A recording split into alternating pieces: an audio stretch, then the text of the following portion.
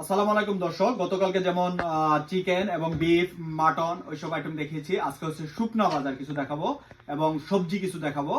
আর varieties কিছু আছে, সবকিছু মিলাই দেখতে থাকুন। জাপানে আসলে কি বাজারের দামগুলা কেমন হয় সেটাই আপনাদের আজকে দেখানোর চেষ্টা করব। এটা হচ্ছে কার্টুন দিয়ে নিয়ে আসা হয়েছে, দুটা কার্টুন নিয়ে আসা হয়েছে।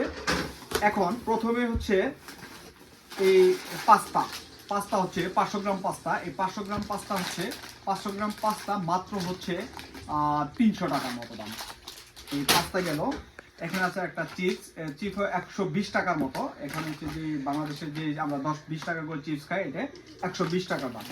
আর এখানে হচ্ছে তেল, তেলের দামটা কেমন হয়, তেলের দামটা আসলে জানা দরকার। তেলের দামটা হচ্ছে 320 টাকা এই তেলের দাম।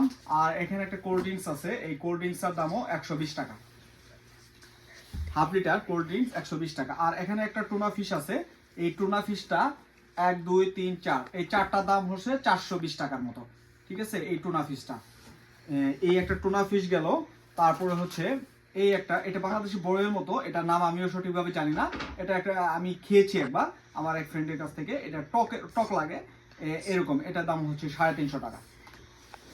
এই আর লুডুস লুডুস হচ্ছে, এই লুডুস হচ্ছে 800 গ্রাম, 800 গ্রামের এটা হচ্ছে 400 টাকা, 400 টাকা। আর হচ্ছে আটা, আটা যেহেতু খেতে হয় ফ্যামিলির মধ্যে, এই আটাটা হচ্ছে 1